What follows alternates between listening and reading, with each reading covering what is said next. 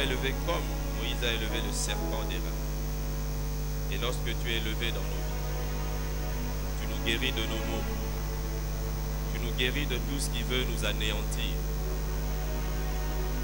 La mort qui était certaine disparaît parce que tu es élevé. Ce soir, nous sommes rassemblés. Sois élevé dans nos vies. Sois élevé au milieu de nous. Nous voulons que tu te révèles à nous.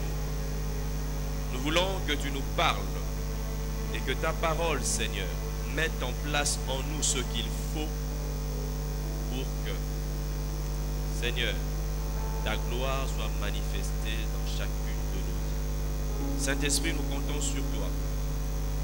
Conduis-nous dans toute la vérité. Démonte tout ce que le diable a installé. Renverse ses œuvres et que ton royaume vienne dans le nom de Jésus-Christ. Amen. Bonsoir à tous. Le Seigneur est bon. Il nous fait la grâce de nous rassembler ce soir en sa présence. Ce Dieu merveilleux, ce Dieu rempli d'amour, il ne permet pas que nous nous rassemblions sans qu'il ne fasse du bien. Il ne le fait pas. Il ne le fera jamais. Il est fidèle. Et auprès de lui, c'est le self-service. C'est à chacun de se servir. Dans sa présence, c'est un buffet. La parole encore, lorsqu'on la prêche, c'est comme un serveur qui vient proposer à chacun d'entre nous assis. Voilà ce que le Seigneur vous présente à consommer. C'est ce qu'on fait à travers la parole. Mais lorsque nous l'adorons, lorsque nous prions, c'est un buffet. C'est à chacun de se lever, de reconnaître ses besoins et de se servir. Amen. C'est pourquoi lorsque nous sommes dans sa présence, nous ne devons pas être distraits. Parce que le Seigneur a quelque chose pour nous. Si les Japonais ont un service de cuisine qui guérit des maladies, chez eux ils ont des restaurants. Les hypertendus pouvaient manger ceci. Ceux qui ont le diabète peuvent manger ceci. Au restaurant, vous contribuez à votre santé. Et notre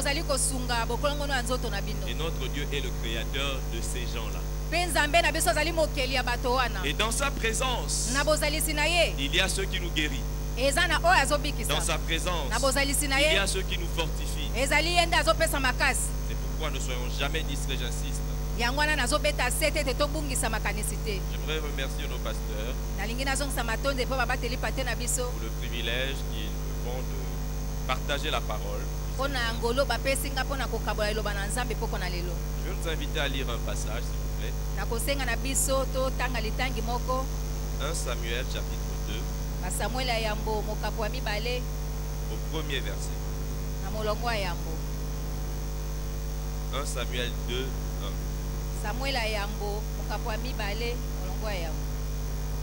La Bible nous dit ceci. Anne pria et dit: mon cœur se réjouit en l'Éternel. Ma force a été relevée par l'Éternel. Ma bouche s'est ouverte contre mes ennemis, car je me réjouis de ton secours. Amen. Anne dit: je me réjouis de ton secours. Aujourd'hui, je veux nous entretenir sur le secours de Dieu. Le secours de Dieu. Anne dit qu'elle se réjouit dans le secours de Dieu. Elle se réjouit de ce que Dieu la secourt. Sa joie était que Dieu l'aide. Sa joie était que Dieu intervienne dans sa vie. Et ma prière ce soir est que chacun se réjouisse du secours du Seigneur.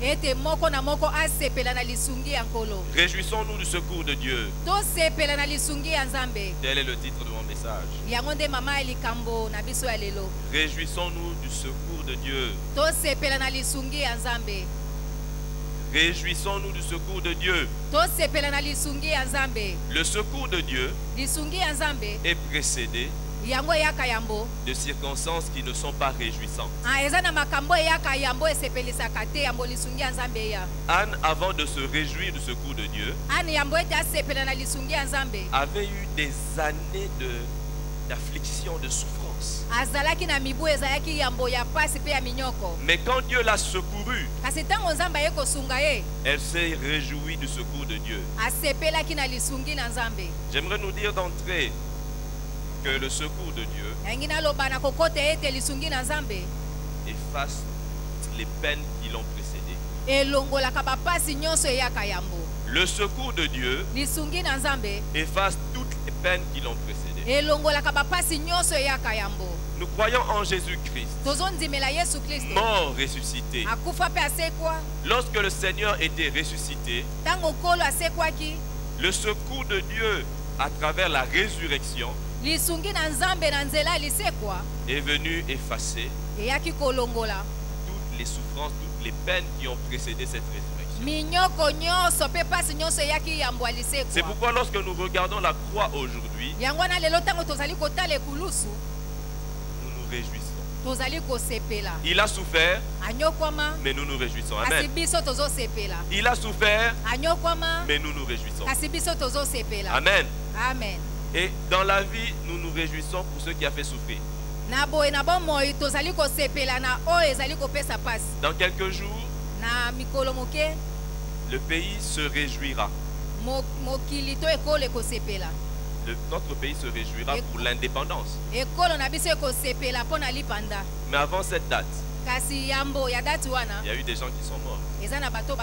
Il y a eu des gens qui ont souffert. Mais le 30 juin, nous sommes dans la réjouissance. Parce que nous considérons non pas les souffrances qui ont précédé, mais le secours qu'ils ont eu. Et s'il en est ainsi dans la vie d'une nation, s'il en a été ainsi de notre Seigneur Jésus-Christ, s'il en a été ainsi pour Anne, s'il en a été ainsi pour Daniel et ses compagnons, s'il en a été ainsi pour David, s'il en a été ainsi pour Abraham, c'est qu'il en sera de même pour nous. Parce que le Dieu qui a secouru David est le même Dieu qui te secourra. Le Dieu qui a secouru Daniel est le même Dieu qui te secourra. Il s'arrange lorsqu'il intervient. Dieu prend tout en considération. Dieu prend tout en considération. Dieu n'intervient pas ponctuellement sans tenir compte du tout. Dieu, en intervenant, il tient compte de tout. Il tient compte de.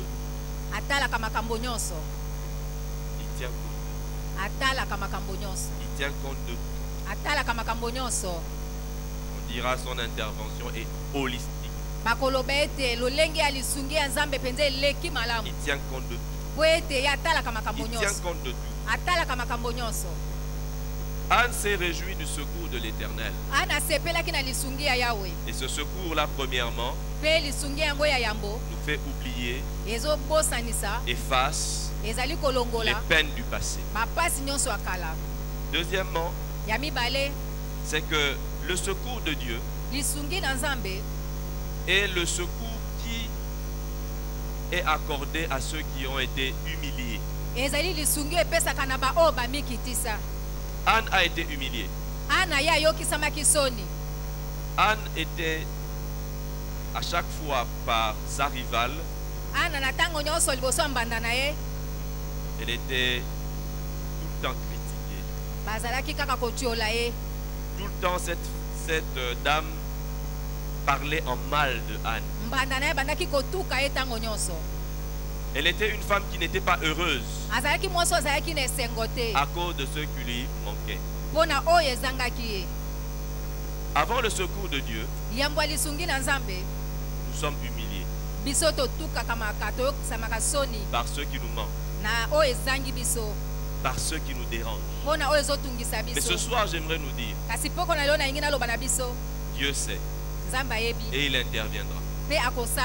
Ce secours viendra certainement. Entre-temps, il y a l'humiliation. Entre-temps, il y a les effets du manque de secours. Il y a les effets de la carence qui sont là. Mais quand Dieu interviendra, il tiendra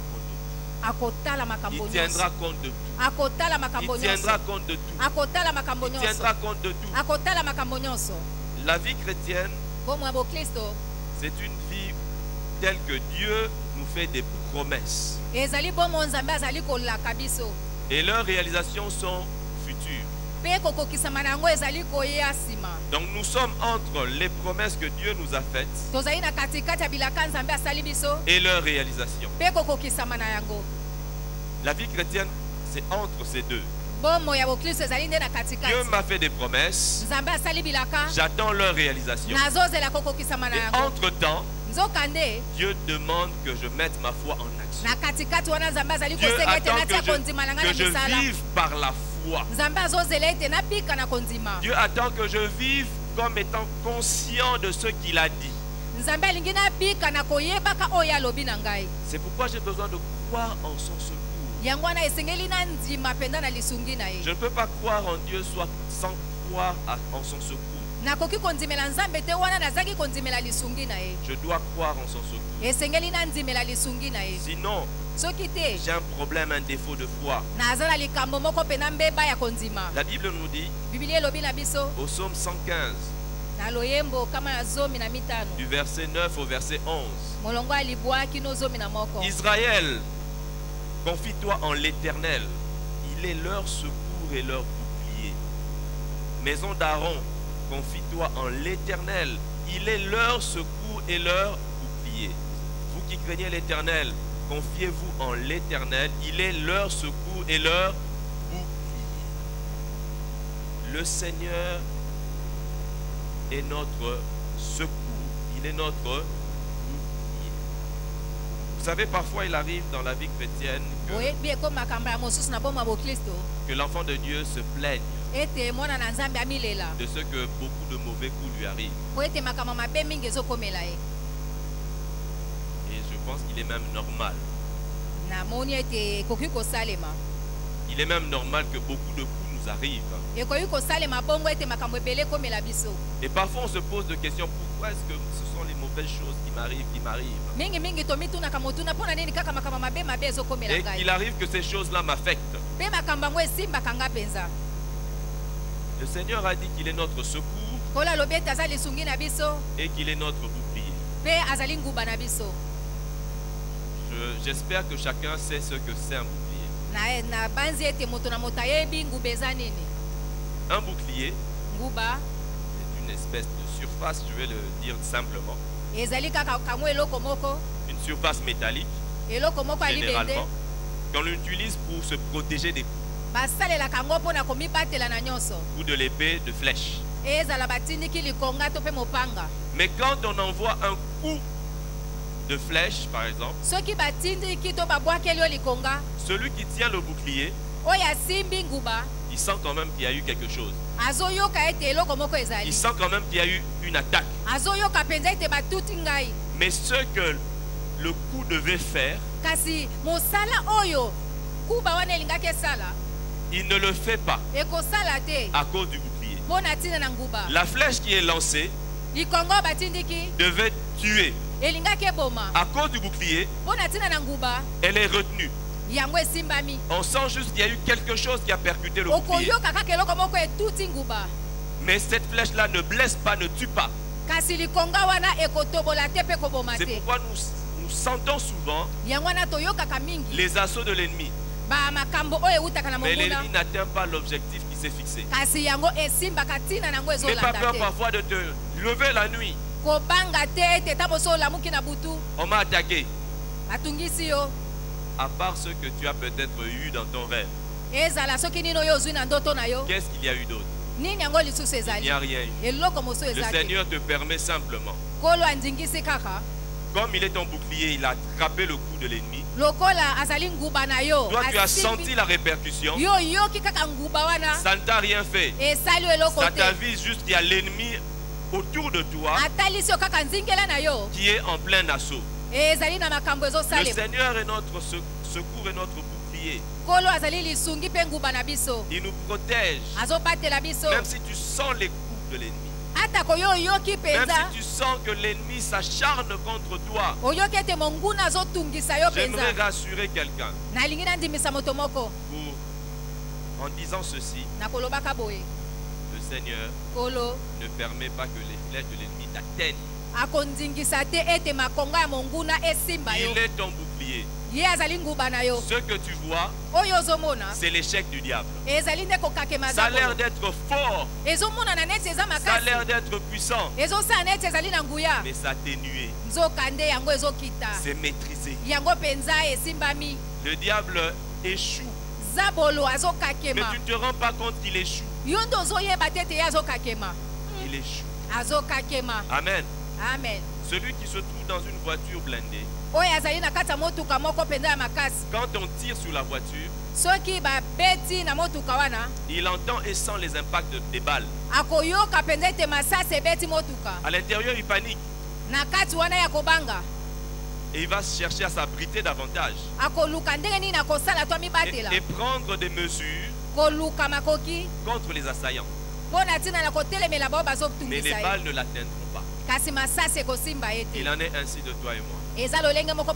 Quand nous sentons l'ennemi s'agiter,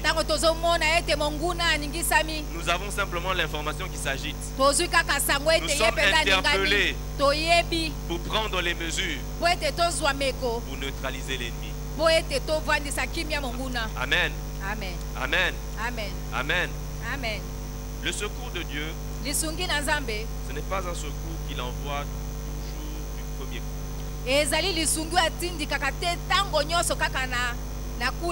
Il arrive que le secours de Dieu vienne comme nous ne voulons pas. Il arrive des moments qui pour nous sont propices pour que Dieu intervienne. Mais Dieu n'intervient pas. Dans Daniel chapitre 6, Daniel chapitre 6, je vais lire quelques portions.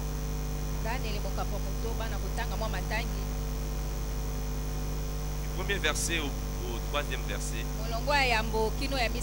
la Bible dit: Darius trouva bon d'établir sur le royaume 120 satrapes qui devaient être dans tout le royaume. Il mit à leur tête 3 chefs, au nombre desquels était Daniel, afin que ces satrapes leur rendissent compte et que le roi ne souffrit aucun dommage. Daniel surpassait les chefs et les satrapes parce qu'il y avait en lui un esprit supérieur et le roi pensait à l'établir sur tout le royaume. Alors, le verset 4, alors les chefs et les satrapes cherchèrent une occasion d'accuser Daniel en ce qui concernait les affaires du royaume. Mais ils ne purent trouver aucune occasion, ni aucune chose à reprendre, parce qu'il était fidèle et qu'on n'apercevait chez lui ni faute, ni rien de mauvais. Daniel devait être promu. Et les autres responsables de la nation étaient jaloux de Daniel. Les chefs et les satrapes étaient jaloux. Vous savez, la jalousie de l'homme est stupide. Le roi avait déjà élevé 3 personnes. Eux, ils étaient 120. 120 satrapes. Le roi a élevé 3 personnes. Et comptait élever encore Daniel plus haut. Mais tous les satrapes se sont entendus pour couler Daniel. Vous faites tomber une personne. Combien de places vont se libérer? Il y a une seule place. Vous êtes une centaine. Vous éliminez une personne parce que vous voulez un poste. Quelle stupidité. Quelle stupidité. Dans le plus malin d'entre eux, peut-être, allez continuer à éliminer un par un jusqu'à ce qu'il y ait une seule place. La jalousie de l'homme est stupide. Mais heureusement, Dieu est notre secours.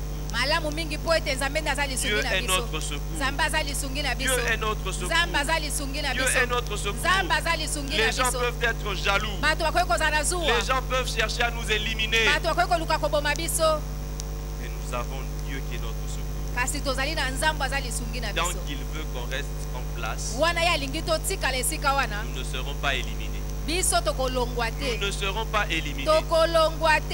Quand Dieu ne veut pas que tu sois éliminé, tu ne seras pas éliminé. Il a dit par la foi vous pouvez déplacer les montagnes. Mais par la foi tu ne peux pas déplacer celui que j'ai établi.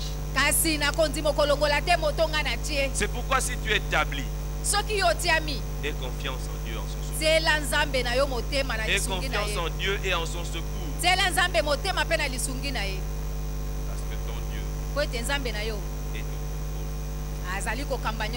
Ces gens ils vont accuser Daniel.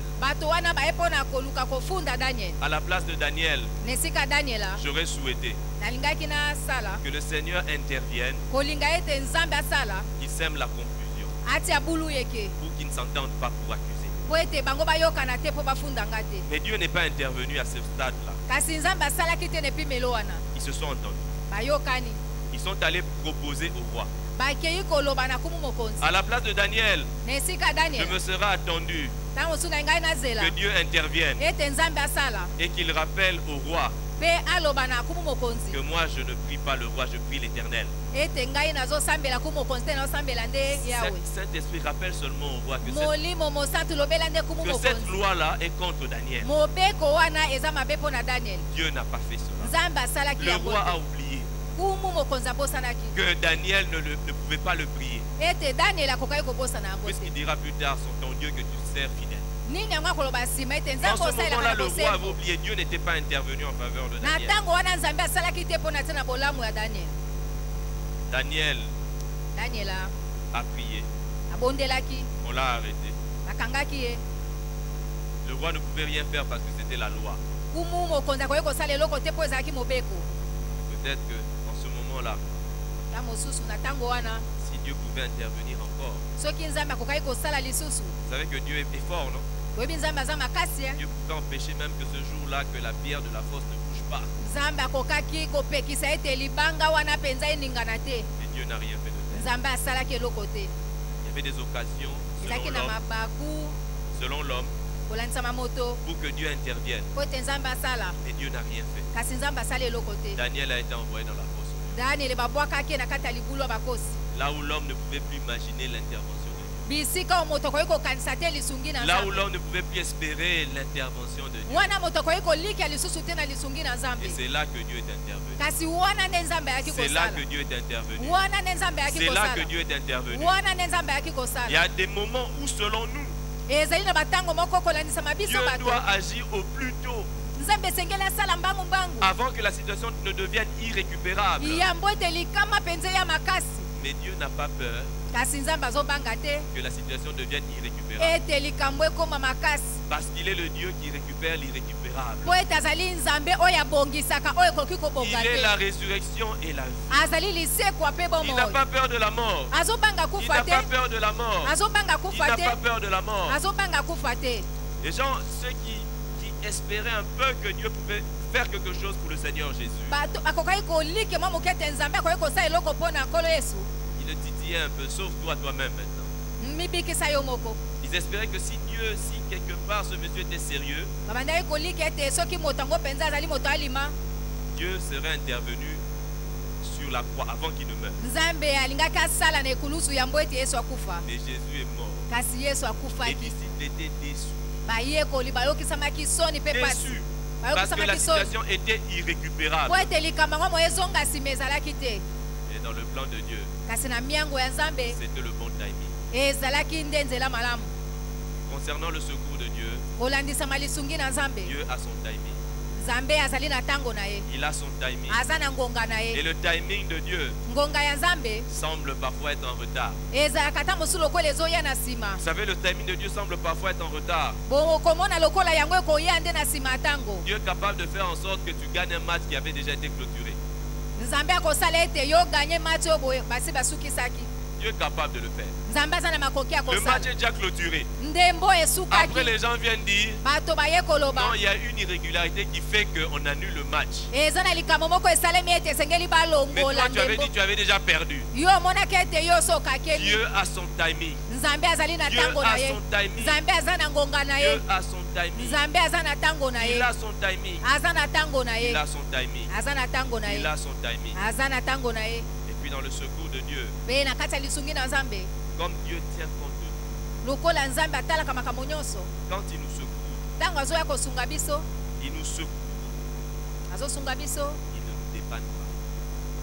Il ne nous dépanne pas. Il ne nous dépanne pas.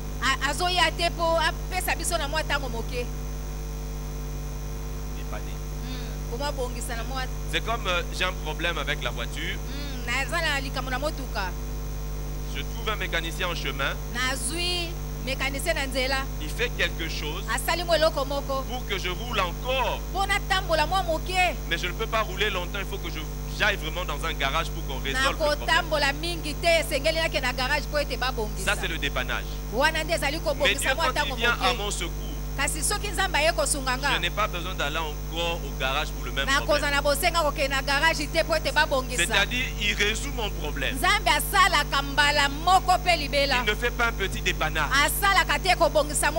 Il résout ce problème pour qu'on en parle plus. Quand il est intervenu pour Daniel, s'il avait intervenu comme j'avais dit, avec les possibilités que j'avais évoquées, ces jaloux seraient toujours vivants. Ils auront encore l'intelligence, l'inspiration pour faire encore un autre coup à Daniel. Mais Dieu est intervenu comme en retard selon les hommes.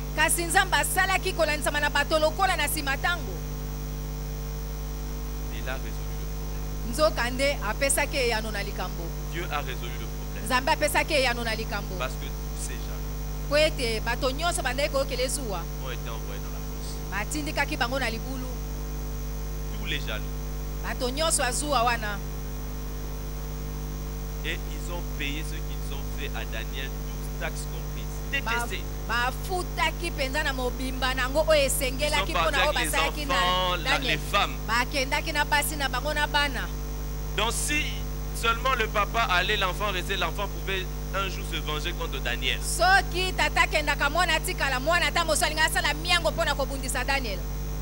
Le monsieur, le jaloux, sa femme, co-jalouse, son fils, héritier jaloux, frère jaloux, tout le monde était parti.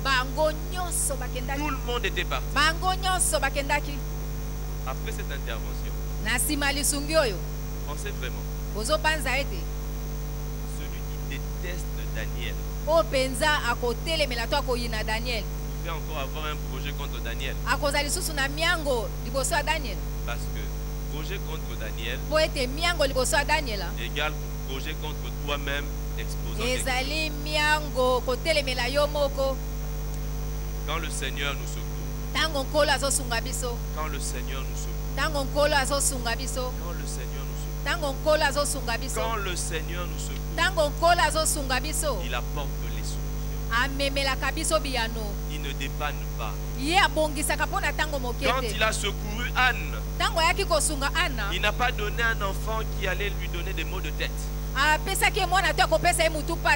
Un enfant particulier.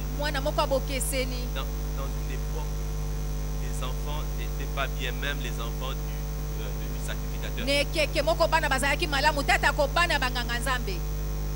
Elle a eu un enfant qui ne lui a posé aucun problème.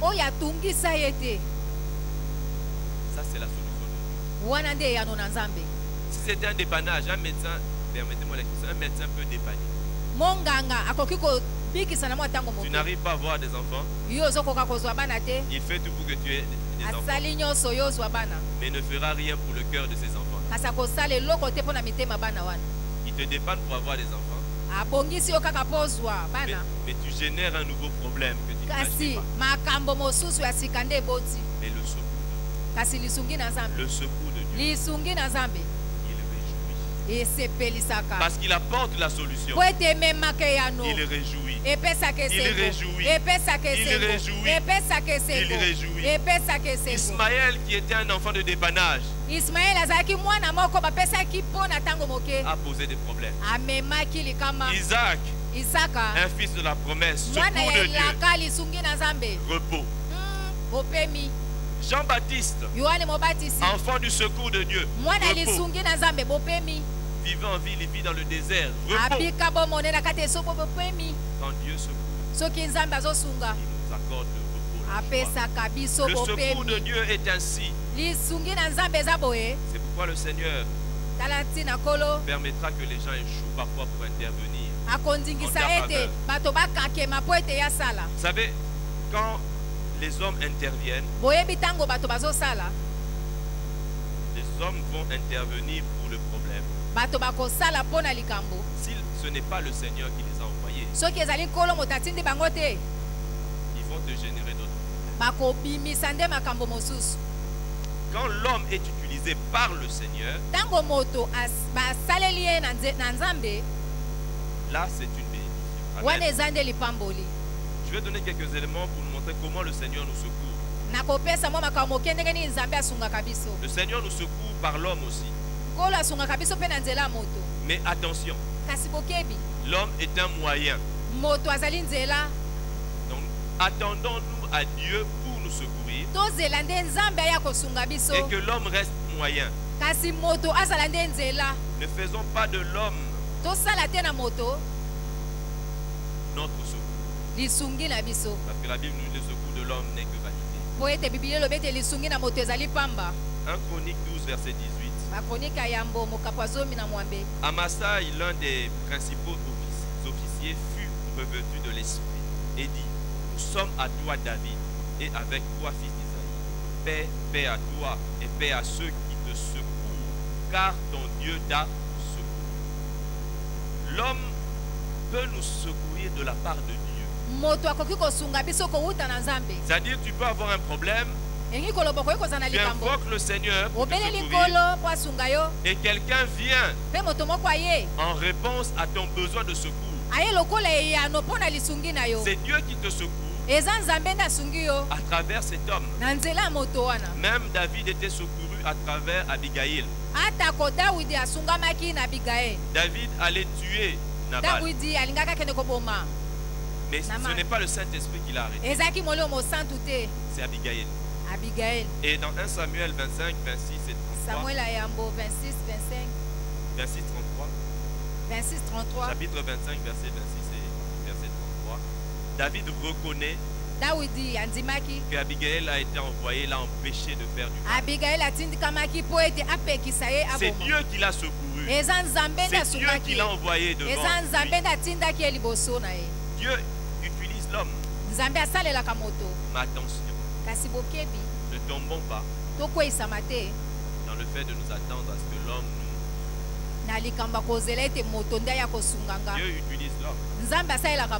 Mais nous n'utilisons pas les hommes. Recourons à Dieu. Et Dieu, dans sa souveraineté, s'il choisit de passer par les hommes, il le fera. Amen. Et d'ailleurs, quand nous pensons que Dieu interviendra par les hommes, Souvent même nous nous trompons concernant ces hommes-là. C'est-à-dire, ça c'est le défaut qu'il y a dans les églises. Quelqu'un va te dire qu'il a un problème d'argent. Et puis il va te dire qu'il a à cœur qu'un tel frère va lui donner de l'argent. C'est toujours souvent les mêmes têtes. Jamais quelqu'un va dire j'ai eu à cœur que Dieu va me secourir financièrement à travers quelqu'un. Et ce n'est pas quelqu'un qui en veut. Et c'est toujours souvent les gens qu'on sait qu'ils ont des moyens. Mais quand Dieu veut pouvoir, il envoie chez d'autres personnes. Élie n'était pas envoyé chez un riche. Il est allé chez la veuve de Sarepta. Il a été envoyé auprès de la veuve de Sarepta. C'était cette veuve qui n'avait rien. C'était elle qui devait soutenir cet homme. Quand Jésus devait multiplier les pains, c'était un jeune homme qui avait donné les pains et les poissons. Ça devrait être soit un homme responsable ou une femme, mais pas un jeune homme. Pourquoi je nous dis ça? C'est pour nous dire que quand nous disons parfois que Dieu peut utiliser les hommes, on a tendance à faire le tri dans notre intelligence. Mais ne faisons pas cela. On risque de limiter Dieu. On risque de limiter Dieu. On risque de limiter Dieu. On risque de limiter Dieu. Et de passer à côté. Dieu peut utiliser n'importe quel homme. Dieu peut utiliser n'importe quel homme pour te bénir, pour te secourir. Dieu peut utiliser les circonstances. Dans 1 Samuel chapitre 23 verset 26 à 28, Saül était sur le point d'attraper David. Je vais lire pour nous rapidement. 1 Samuel 23 26 à 28. Saül marchait d'un côté de la montagne et David avec ses gens de l'autre côté de la montagne. David fuyait précipitamment pour échapper à Saül. Mais déjà Saül et ses gens entouraient David et les siens pour s'emparer d'eux. Lorsqu'un messager vint dire à Saül, à toi de venir, car les Philistins ont fait invasion dans le pays. Saül cessa de poursuivre David et il s'en retourna pour aller à la rencontre des Philistins. C'est pourquoi on l'appela ce lieu, c'est là à Machlekot. David a été secouru par Dieu. Dieu a utilisé des circonstances. Saül était sur le point de l'attraper, de se saisir de lui. Mais Saül entend la nouvelle que les Philistins sont en train d'envahir.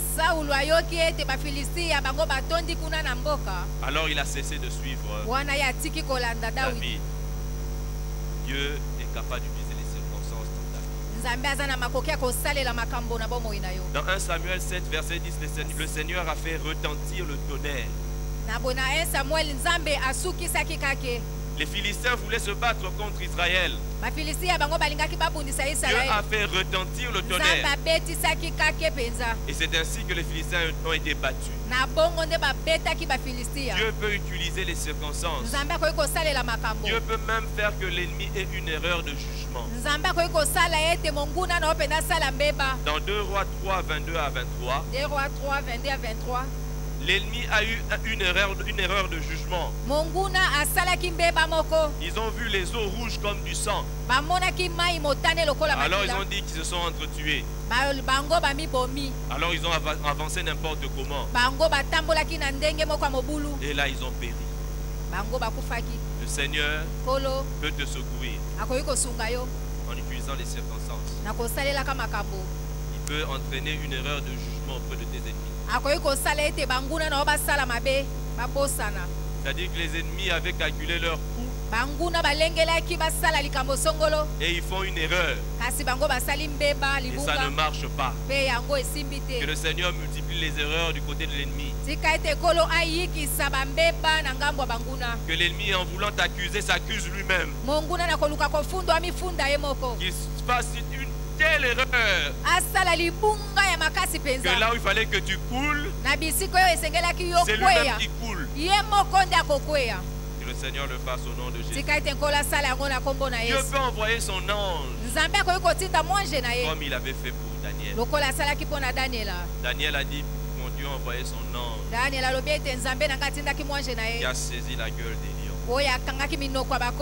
Le secours de Dieu est ce dont nous avons besoin. Le Seigneur veut nous réjouir par son secours. David dit au Psaume chapitre 2, Psaume 2, il dit ton secours me réjouit. Le secours de Dieu nous réjouit. Quand Dieu nous secourt, nous sommes remplis d'allégresse. Psaume 30, verset 10 à 12. Il dit, Éternel, secours-moi et tu as changé mes lamentations en allégresse. Tu as délié mon sac et tu m'as ceint de joie. Le Seigneur a enlevé le sac, il a enlevé le sac de pleurs. Et il a entouré de joie. Le psaume 146. On va finir par là. Je vais lire et je vais simplement proclamer à travers ce psaume. Psaume 146, versets 5 à 10. La Bible dit, heureux celui qui a pour secours le Dieu de Jacob, qui met son espoir en l'Éternel, son Dieu. Heureux, réjouissons-nous. Que nous puissions être un peuple heureux. Soyons un peuple heureux qui met son espoir en l'Éternel. Il a fait les cieux et la terre. Personne ne peut s'imposer pour dire que c'est lui qui règne. C'est lui qui règne dans ce territoire-là, c'est lui qui règne dans cette famille, c'est lui qui règne dans ce travail, c'est lui qui règne. Il n'y a personne qui puisse régner. Ils n'ont rien fait. Celui qui occupe un poste n'a même pas créé ce poste. Alors qu'est-ce qu'il peut te dire? C'est le Seigneur qui a fait les cieux et la terre, la mer et tout ce qui s'y trouve. Il garde la fidélité à toujours. Pourquoi aurait-il eu à secourir David et pas toi? Pourquoi aurait-il eu à secourir Daniel et pas toi? Dieu ne fait pas de discrimination entre ses enfants. Il est ton secours. Toi aussi tu dois te réjouir de son secours. La Bible dit l'Éternel ouvre les yeux des aveugles. Là où tu ne vois pas clair, que le Seigneur ouvre tes yeux. La Bible dit l'Éternel redresse ceux qui sont courbés. Là où tu as été longtemps courbé par le poids des problèmes. Là où la peine a fait que tu ne vois plus rien, tu ne peux même plus faire de prévision. Que l'Éternel te redresse. Que l'Éternel te redresse. Que l'Éternel te redresse. Que l'Éternel te redresse. La Bible dit l'Éternel aime les justes. Il t'aime. Si tu es juste, si tu es en Christ Jésus, il t'aime. Et s'il a donné Jésus-Christ pour toi, que ne donnera-t-il pas avec lui? Il t'aime.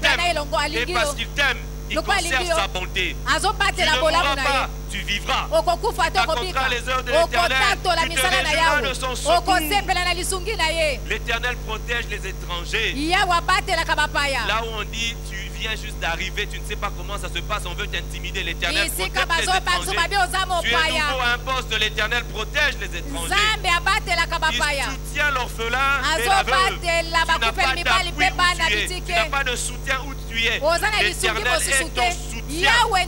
Il renverse la voie des méchants. Il renverse la voie des méchants. Ce n'est pas à toi d'être renversé. Ce n'est pas à toi d'être renversé. Il renverse la voie des méchants. Leurs projets sont renversés au nom de Jésus. Il renverse la voie des méchants. L'Éternel règne éternellement. Ce n'est pas le méchant qui régnera, c'est l'Éternel qui règne. Ton Dieu subsiste d'âge en âge et et tu le loueras, tu diras Alléluia. okoganga Alléluia. Amen, amen, amen, amen. Tobeteli loba na Nzambe maboko makasi.